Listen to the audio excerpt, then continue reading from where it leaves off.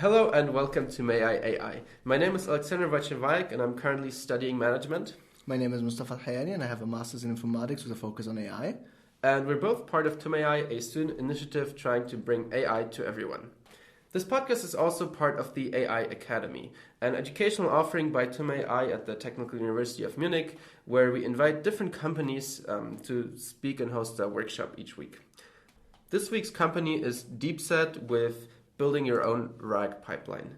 So before we talk about RAG itself, I think first we kind of need to understand what large language models are. So could you shortly introduce us to large language models, Mustafa, and could you shortly explain how they work? So large language models, well, similar to what everyone knows now as GPT, is a generative transformer of some kind. And the big idea is that you have a prompt that is already a context that you want to give that model, and then the model uses this prompt to start generating text that comes afterwards.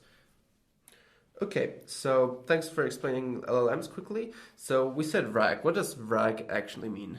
Well, RAG is the process of retrieving data from a certain data source and augmenting it to your prompt to let the LLM basically work better. So RAG stands for Retrieval Augmented Generations. That is correct. So how does RAG work? Well, RAG, like I said, is a way to look at the database or data source of data and try to retrieve information from it. So how does it actually know which information to retrieve, right?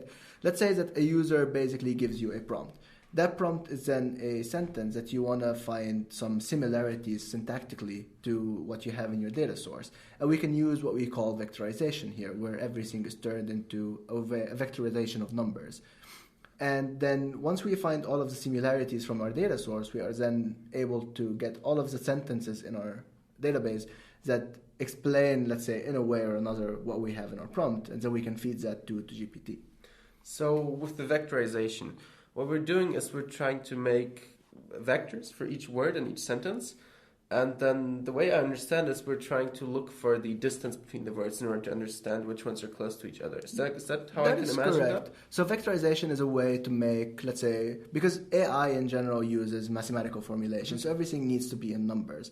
And the question then, how can we turn words into numbers, and we let that representation being learned by some AI. And the way it works is that you can focus on creating a number that works mathematically in some way or form. And then you can say something like man minus king plus woman is equal to queen. And this is how the notion of vectorization works. And then doing that, you're able to retrieve data just based on the numbers and, like you said, the spatial dimension of them. Okay, so now we understand vectorization.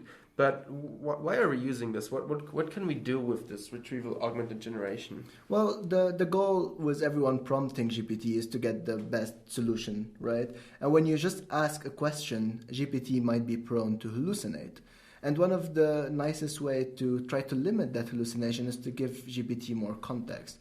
And what is the better way to do that by giving it a lot of the information that already exists? If I'm asking you a medical question about a certain disease, just giving GPT a bunch of information about that disease in a greater form that I am able to explain is way better for GPT to produce answer on that matter. Okay, I think I understand RAG now. Can you wrap it up for us one more time? Well, today we talked about LLMs. We tried to explain them to make sure everyone understands what they are. And we talked about Retrieval Augmented Generation and tried to explain why it's useful in some cases. Thanks a lot. Thank you for listening to May I AI and see you in the next episode.